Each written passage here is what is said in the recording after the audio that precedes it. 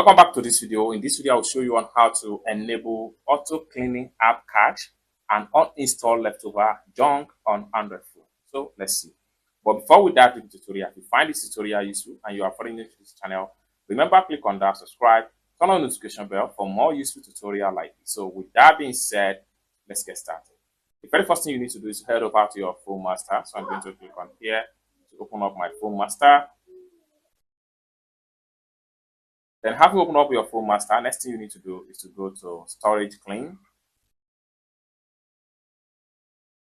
It's take you right here. Next thing you need to do is to simply click on here. It's take you right here. Next thing you need to do is to simply click on turn on now.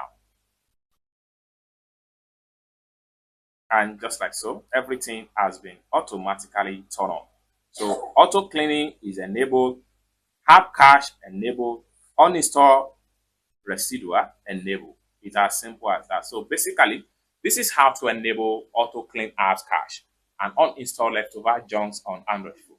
I hope you really got value for this video. If you find this video useful, give this video a big like, and also remember to subscribe to the channel for more useful tutorial like this. Thank you so much for watching, and I hope to see you in my next video.